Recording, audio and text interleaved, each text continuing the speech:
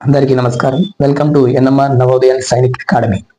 Dear parents, మొన్న 12వ తారీఖు ఆదివారం నిర్వహించినటువంటి ఎన్ఎంఆర్ నవోదయ సైనిక్ అకాడమీ నిర్వహించినటువంటి ఫ్రీ ఎంట్రన్స్ టెస్ట్ కి పాల్గొన్న ప్రతి ఒక్క విద్యార్థుల తల్లిదండ్రులకి హృదయపూర్వక నమస్కారాలు. విద్యార్థులు అలాగే తల్లిదండ్రులు అందరూ చేసే ఒక చిన్న తప్పు గురించి నేను మీతో మాట్లాడాలని ఈ వీడియో సెట్ చేస్తున్నాను.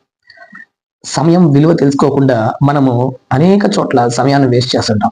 ఒక సెకండే కదా ఏమైంది, ఒక నిమిషమే కదా ఏమైంది, ఒక గంటే కదా ఏమైంది, ఒక నెలే కదా ఏమైంది, ఈ ఒక నెల జాలీగా ఎంజాయ్ చేసి వద్దాం. ఇలాగా అనేక రకాలుగా మనం సమయం విలువ తెలుసుకోకుండా మనకు తెలిసి మరి ఈ సమయాన్ని వేస్ట్ చేస్తాం. ప్రతి ఒక్కరూ ఈ సమయం గురించి ఎంత నెగ్లిజెన్సీ ఎందుకు చేస్తున్నారో నాకు తెలియదు. ఒక చిన్న కథ ద్వారా ఒక సమయం విలువ తెలియజేయడానికి ట్రై చేస్తాను. చాలా మంది ఒక్క సెకండే కదా ఏమైంది అనుకుంటాం. ఆ ఒక్క సెకండ్ విలువ ఎవరికి తెలుసు అంటే మాట్లాడుకుందాం. ఇప్పుడు ఎగ్జాంపుల్ గా ఒలింపిక్స్ లో 100 మీటర్స్ రన్నింగ్ రేస్ పెడతారు. ఆ 100 మీటర్స్ రన్నింగ్ రేస్ లో ఫాస్ట్ గా చాలా మంది రన్ చేస్తారు. కొన్ని సెకండ్ల తేడాతో ఓడిపోతారు. ఫస్ట్, సెకండ్, థర్డ్ అనే ప్లేస్ అనేవి కన్ఫర్మ్ చేస్తారు. ఆ ఫోర్త్ వచ్చుంటా చూసావా, అతను ఎన్ని సెకండ్ల తేడాతో ఓడిపోయి ఉంటాడో ఒక్కసారి మీరు గమనించండి. లేకపోతే ఒకసారి వెళ్ళి పాత మనకి యూట్యూబ్ లో అవైలబుల్ గా ఉంటుంది. జస్ట్ 0.01 మిల్లీ సెకండ్స్ లోనే ఫోర్త్ ప్లేస్ వచ్చి ఉంటుంది. ఫస్ట్, సెకండ్, థర్డ్ వచ్చిన ఆ ప్లేయర్స్ మాత్రమే ప్రపంచం మొత్తం గుర్తుంచుకుంటుంది. కానీ ఆ ఫోర్త్ ప్లేస్ లో అంటే సెకండ్ లో 100వ భాగము, సెకండ్ లో 25వ భాగము ఆ తేడాతో ఓడిపోయిన ఆ ఫోర్త్ ప్లేయర్ మాత్రం ఎవ్వరు గుర్తుంచుకోరు. సెకండ్ విలువ ఆ ఓడిపోయిన ఆ ప్లేయర్ నడితే తెలుస్తుంది. అలాగే మనం చాలా సార్లు నిమిషాల కొద్ది టైం వేస్ట్ చేస్తుంటాం. ఆ నిమిషం విలువ ఎవరిని అడగాలో తెలుసా? మంచి యంగ్ ఏజ్ లో ఉన్న కుర్రాడు మంచి హైవే మీద మంచి స్పోర్ట్స్ బైక్ వేసుకొని ఫాస్ట్ గా వెళ్తూ ఉంటాడు. ఆ ఫాస్ట్ గా వెళ్తుండగా త్వరగా వెళ్ళాలి అనే ఉద్దేశంతో ఫాస్ట్ గా వెళ్తుంటాడు. ఆ ఫాస్ట్ గా వెళ్తున్న వ్యక్తి జస్ట్ స్కిడ్ అయ్యి రోడ్లో చిన్న యాక్సిడెంట్ అవడం వల్ల ఆ పిల్లాడి మృతదేహం రోడ్లోనే పడి ఉంటుంది.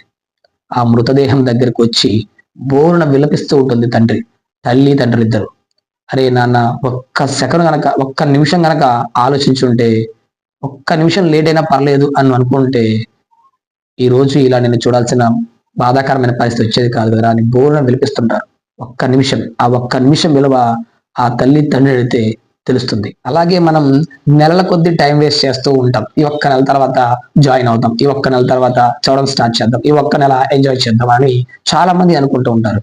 కానీ మనం హాస్పిటల్లో కనుక వెళ్ళి చూస్తే ప్రీ మెచ్యూర్డ్ బేబీస్ అని చెప్పి కొంతమంది ఉంటారు. అంటే ముందుగానే ఒక నెల ముందుగానే డెలివరీ అయి ఉన్న తల్లులు మనం చూస్తుంటాం. అంటే ఒక నెల 9వ నెల నిండకుండానే 8వ నెలనే డెలివరీ అయి ఉంటారు కొంతమంది తల్లులు. అలా డెలివరీ అయిన ఆ బేబీని ఒక నెల పాటు ఎలా ఉంటుందంటే తల్లి గర్భంలో ఉండేటువంటి వాతావరణం అంటే ఇంక్యుబేటర్స్ లో పెడుతుంటారు.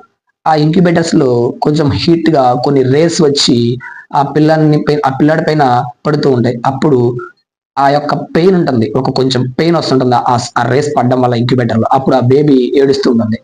ఆ బేబీ దగ్గర కూర్చొని, ఆ ఇంక్యుబేటర్ దగ్గర కూర్చొని తల్లి అంటుంది, అరే ఒక్క నెల ఓపిక పట్టి ఒక్క నెల లేటుగా నువ్వు పుట్టుంటే ఎంత బాగుంటున్నాను. ఆ ఒక్క నెల విలువ ఆ తల్లిని అడిగితే తెలుస్తుంది. ఈ కథ నేను ఎందుకు చెప్తున్నానంటే, మీరు స్కూల్ కూడా ఇంకా కంప్లీట్ అవ్వకుండానే త్వరగా ఇక్కడికి వచ్చి స్కూల్ ఉన్న రోజుల్లోనే ఏప్రిల్ 12th వచ్చి ఇక్కడికి ఎగ్జామ్ రాయడానికి వచ్చారంటే మీరు సమయాన్ని వేస్ట్ చేసుకునే తల్లిదండ్రులు కాదు. అలాగే మీ బిడ్డల యొక్క సమయాన్ని వేస్ట్ చేయాలనే ఆలోచన మీకు లేదు. త్వరగానే ఒక చోటికి వెళ్దాం, ఎగ్జామ్ రాపిద్దాం, అక్కడ మన పిల్లాన్ని మంచిగా ఉంటే జాయిన్ చేద్దాం అని ఆలోచించి ఇక్కడికి వచ్చిన తల్లిదండ్రులే చాలా మంది కూడా. కాబట్టి సమయాన్ని వేస్ట్ చేసుకోమాకండి.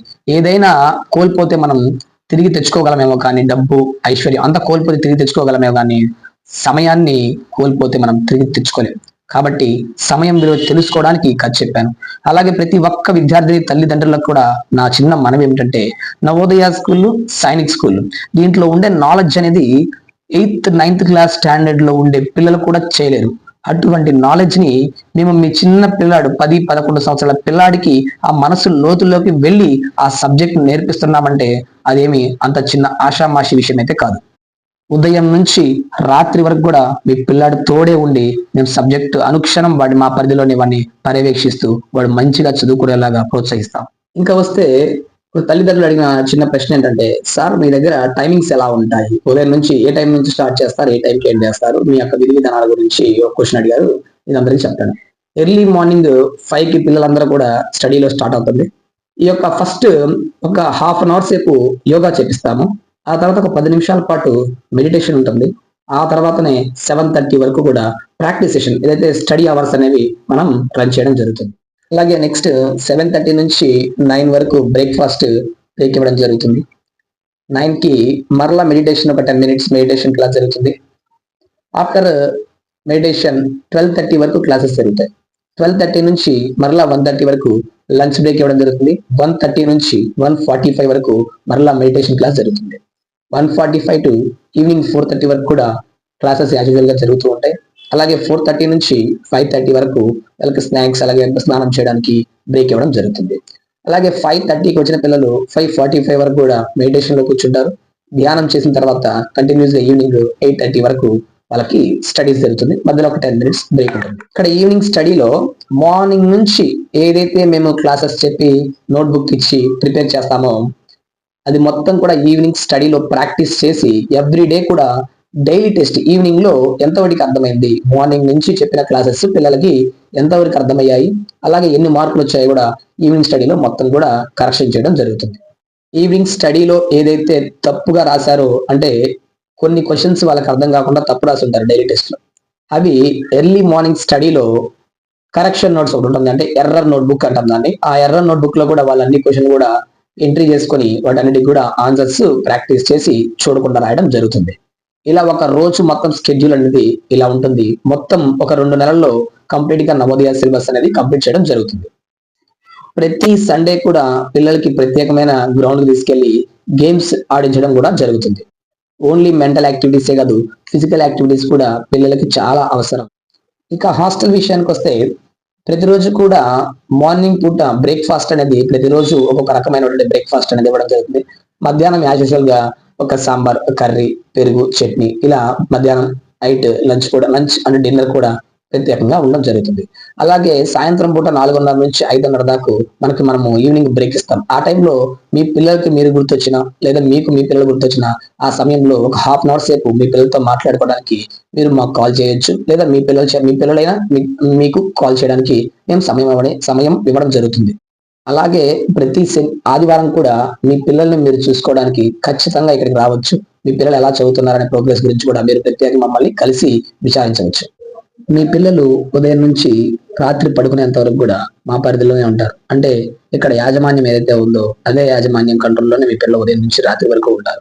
మా కుటుంబంలో కుటుంబ సభ్యుల్లాగా కలిసిపోయి మాతో పాటు ఉంటూ మిమ్మల్ని కూడా మరిచిపోయే అంత ఇక్కడ పిల్లల్ని చాలా టేక్ కేర్ గా చూడడం జరుగుతుంది. మేము ఏదైతే తింటామో మీ పిల్లలు కూడా అదే తింటారు.